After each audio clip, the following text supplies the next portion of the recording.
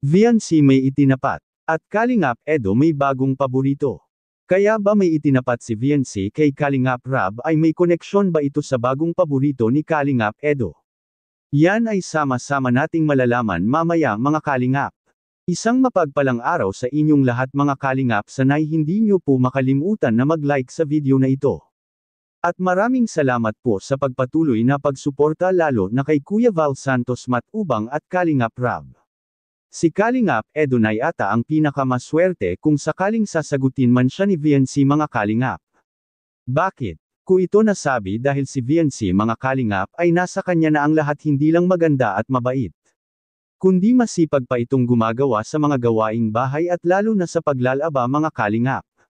Ito ang hinahangaan ng karamihang viewers kay Viancy mga Kalingap. Sa kanyang kasipagan at kabutihang loob ay lubos itong minahal at naintindihan sa karamihang taga-subaybay sa mga upload ni Kalingap Rab. Katunayan niyan ay kabago-bago pa lang ng bagong tambalan na ito mga Kalingap ay meron na kaagad itong taga-suporta at walang iba ang EDSI community.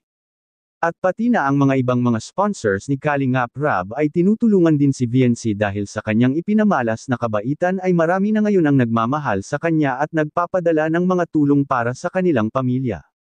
May mga nagsasabi na kakaiba talaga kung si Kalingap Edo ang ka-love team dahil umaapaw ang mga biyaya at nagbibigay tulong para sa kanyang love team mga Kalingap.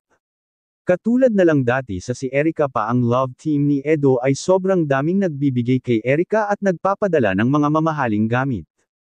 Kaya hiling ni Kalingap Rab sa mama ni Viancy sanay magagabayan anya niya ito at masasabihan na kung anumang mga biyaya na darating sa buhay nila ay sana hindi matulad si Viancy sa nakaraang love team ni Kalingap Edo. At hiling ni Kalingap Rab kay Viancy na sana hindi siya magbabago mga Kalingap. Nahahalata na kasi ni Kalingap Rab kung sumobra sa mga biyaya ang isang tao ay ang iba bigla-bigla itong magbabago. Puwera na lang mga Kalingap sa mga taong tumatanim talaga ng utang na loob.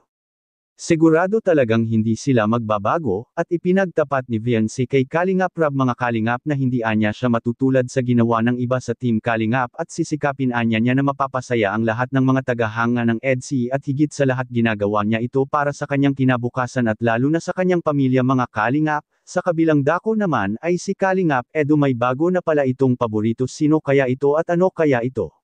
Makikita po natin sa video.